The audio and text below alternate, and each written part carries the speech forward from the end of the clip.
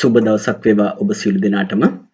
Open බිබ්ලියෝ මෘදුකාංගය සම්බන්ධව මම අද ගෙනෙන වීඩියෝ එකේදී සාකච්ඡා කරන්නේ සර්කියුලේෂන් මොඩියුල් එක කොහොමද ඕපන් බිබ්ලියෝ තුල ක්‍රියාත්මක වෙන්නේ කියලා. සර්කියුලේෂන් මොඩියුල් එකේදී ඇත්තටම කතා කරන්නේ අපි කොහොමද පාඨකීන්ට පොත් ඉෂුව කරන්නේ සහ පාඨකයන්ට පුස්තකාලයට පොත් රිටර්න් කරන්නේ කොහොමද කියන කාර්යය. එතකොට මෙතෙන්දී මේ මෘදුකාංගය හරහා මේ කාර්යය ඉටු කර ගැනීම තමයි සර්කියුලේෂන් මොඩියුල් එකේදී කරන්නේ. එතකොට අපි දන්නවා සර්කියුලේෂන් මොඩියුල් එක ක්‍රියාත්මක කරන්න කලින් අපි කැටලොගින් මොඩියුල් එකේ හරහා පුස්තකාලයේ තියෙන පොත් මේ මෘදුකාංගයට ඇතුළත් කරලා තියෙන්න ඕනේ. ඒ වගේම සර්කියුලේෂන් මොඩියුල් එක හරහා මේ new member තුලින් පුස්තකාලය පාවිච්චි කරන පාඨකයෝ ලියාපදිංචි කරලා තියෙන්න ඕනේ. මෙන්න මේ පොත් සහ පාඨකයන් යන කණ්ඩායම් දෙකම මේ මෘදුකාංගයට ඇතුළත් කරලා තිබුණොත් විතරයි අපිට සර්කියුලේෂන් මොඩියුල් එක ක්‍රියාත්මක කරන්න පුළුවන්. එතකොට මේ සඳහා අපි සර්කියුලේෂන් මොඩියුල් එක පාවිච්චි කරනවා. මේ ටැබ් එකට ගියාට පස්සේ සර්කියුලේෂන් මොඩියුල් එකට යන්න පුළුවන්. එතකොට අතරම මෙන්න මේ වගේ වින්ඩෝ එකක් ඕපන් වෙනවා. මේ වින්ඩෝ එකේදී අතරම පොතක් අපි ඉෂුව කරන්න නම් මුලින්ම කරන්න ඕනේ අපි පාඨකයාගේ account එකට ඇතුල් වෙන්න ඕනේ. එතකොට පාඨකයාගේ account එකට ඇතුල් වෙන්න අපිට මෙතන අවස්ථාවන් දෙකක් දීලා තිනවා. එකක් තමයි කාඩ් නම්බර එක දන්නවා නම් එහෙලක පුස්තකාලයක සමාජික අංකය දන්නවා නම් සමාජික අංකය හරහා මෙතන කාඩ් මේ ඇතුළත් කරලා සර්ච් කරලා අපිට ගිණුමට ඇතුල් වෙන්න පුළුවන්. එහෙම නැත්නම් අපිට කාඩ් නම්බර එක දන්නේ නැත්නම් පාඨකයාගේ last name එකෙන් තමයි surname එකේ පටන් ගන්නම මුල් අකුරු ටික ඇතුළත් කරලා සර්ච් එකක් කළාට පස්සේ ඒ අපි ඇතුළත් කරපු අංක වලින් සමන්විත surname එකක් තියෙන පාඨකයන්ගේ ලයිස්තුවක් දිස්සෙනවා. එතකොට ඒ නම උඩ ක්ලික් කරලා අපිට මේ සමාජික account එකට ඇතුල් වෙන්න පුළුවන්. අපි බලමු කොහොමද පාඨක අංකය දන්නවා නම් කොහොමද ගිණුමට ඇතුළත් වෙන්නේ කියලා. අපි ඇතුළත් කරලා තියෙන පාඨක අංකයක් 0.1 කියන්නේ මේක එක්කලා සර්ච් කළා නම් අපිට ඇත්තටම මේ ගිණුමට ඇතුළත් වෙන්න පුළුවන්. ඊට පස්සේ අපි බලමු පාඨකයන්ගේ නම දන්නවා නම් surname එක දන්නවා නම් කොහොමද ඇතුළත් වෙන්නේ කියලා. එතකොට මම ඇතුළත් කරපු අකුරු වලට සමාන කම් තියෙන පාඨකයෝ ටික කියනද මේ පාඨකයාගේ නම උඩ ක්ලික් කළාමත් අපිට පාඨකයාගේ ගිණුමට ඇතුල් වෙන්න පුළුවන්. ඔය මොන ක්‍රම දෙකෙන් පාඨකයාගේ ගිණුමට ඇතුළත් වුණත් පෙන්වන්නේ මෙන්න මේ වගේ වින්ඩෝ එකක්. මුලදීම පාඨකයාගේ ඉන්ෆර්මේෂන්ස් ටික මෙතන පෙන්නනවා.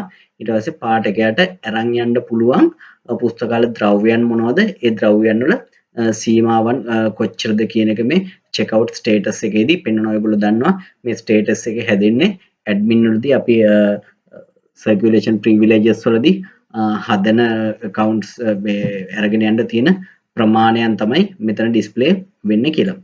එතකොට මෙතන තව විශේෂයක් තියෙනවා. අපිට පුළුවන් මේ පාඨකයාගේ සමාජයත් කාලය අවසන් වෙලා නම් මෙතන පුළුවන් renew membership for මෙතන 1 තියෙනවා 6 තියෙනවා 12 තියෙනවා. එතකොට මෙතනින් පෙන්නන්නේ 1 කියන්නේ මාස එකක් 6 කියන්නේ මාස 6ක් 12 කියන්නේ මාස 12ක්. එතකොට මේ එකක් ක්ලික් කළාට පස්සේ දැන් ඔයගොල්ලෝ පේනවා මේ paid until කියලා 2025 7/14 වෙනකල් තමයි මේ සමාජයත් කාලය වළංගු වෙන්නේ. මම මේ 1 කියන එක ක්ලික් කළොත් මේක බලන්න 8/14 වෙනකල්ලා වෙනවා. ඒ වගේ එතකොට පාඨකයෙක්ගේ රිනිව් කරගන්නේ මෙතනින්. ඊට පස්සේ bibliography checkout කියලා තියෙනවා. මෙතන තමයි අපිට පාඨකයෙකුට පොතක් එළියට ඉෂුව කරන්න පොතේ බාකෝඩ් එක ඇතුළත් කරන්න ඕනේ. ඊට පස්සේ මම අපි කලින් ඇතුළත් කරපු පොතක මම අංකය ඇතුළත් කරන්නම්. ඇතුළත් කරලා check out ක්ලික් කරපුවාම ඒ පොත check out වෙනවා. දැන් බලන්න මේ කලිනුත් මේ අම්මා කියන පොත ඉෂුව කරලා තියෙනවා. ඒකත් තව රිටර්න් වෙලා නැහැ. ඒතර මම මේ 501 දැන් ඉෂුව කරපු පොත මේ දින පොතේ ඝාතකයා කියන පොත. එතකොට මේක බලන්න මෙතන මේ check out කරපු දිනය සහ වේලාව සඳහන් වෙනවා. ඒ වගේම මේ පොත රිටර්න් කරන්න ඕනේ දිනය සටහන් වෙනවා. ඉතින් සරලවම මේක තමයි පොතක් රිටර්න් පොතක් පාඨකයෙකුට ගෙදර ගෙනියන්න ඉෂුව කිරීමේ කාර්යය. ඊළඟට අපිට තියෙන්නේ අපි එළියට ගෙනියන්න ඉෂුව කරපු පොතක් කොහොමද පුස්තකාලයට ගෙන ආපුවම ආපහු ඒක රිටර්න් කරගන්නේ කියලා. මේකත් සර්කියුලේෂන් ටැබ් එකෙන්ම තමයි අපි කරගන්නේ. එතකොට සර්කියුලේෂන් ටැබ් එකේදී මේ මෙතන විශේෂත්වයක් තියෙනවා පොතක් රිටර්න් කරන්න නම් පාර්ට් එකගේ ගිණුමට අපි ඇතුළු වෙන්න ඕනේ නැහැ. එතකොට මෙතන වම් අත පැත්තේ තියෙනවා මේ චෙක් ඉන් ලින්ක් එක. මේ චෙක් ඉන් ලින්ක් එකට ගියාට පස්සේ මේ අලුත් වින්ඩෝ එකක් ඕපන් වෙනවා. එතකොට මේකේ බාකෝඩ් නම්බර් කියලා තියෙනවා. එතකොට මේ පාඨකයා පුස්තකාලයට ආපහු ගෙන ආපු පොතේ බාකෝඩ් අංකය අපිට මෙතන ඇතුළත් කරන්න පුළුවන්. ඒ කියන්නේ පරිග්‍රහණ අංකය අපි ඇතුළත් කරලා මෙතන අපි add to shelving cart කියන link එකට ක්ලික් කළාට පස්සේ මේ පොත අපි රිටර්න් වුණා. ඊට පස්සේ අතරම අපිට බලන්න පුළුවන් මේක මේ ඇත්තටම රිටර්න් වුණාද කියලා අපි අපේ රීඩර් ගිණුමට ගිහිල්ලා අපිට බලන්න පුළුවන් මේක ඇත්තටම රිටර්න් වෙලාද කියලා. හරි ඊට පස්සේ මේ කලින් අම්මා කියන පොත මේ ඉෂුව වෙලා තිබුණා. එතකොට දැන් අපි අර ඝාතකයාගේ දිනපොත කියන පොත තමයි අපි රිටර්න් කළේ. මේ පොතත් අපි මේ අම්මා කියන පොතත් අපි රිටර්න් කරලා බලමු හරියටම රිටර්න් වෙනවද කියලා. එතකොට මෙතන මේ චෙක් ඉන් ටැබ් එකට යනවා. අර සුපුරුදු විදිහටම පොතේ බාකෝඩ් අංකය ඇතුළත් කරලා add to shelving cart click කරනවා. එතකොට මෙන්න මේ පොතත් රිටර්න් වුණා. ඊට පස්සේ අපි රීඩර්ගේ account එකට ගිහිල්ලා මෙතනත් පුළුවන් රීඩර්ගේ නම තියෙනවා. මේ නම උඩ ක්ලික් කළාට පස්සේ රීඩර්ගේ account එකට ගිහිල්ලා බලන්න පුළුවන්. පොත් ඔක්කොම රිටර්න් වෙලා.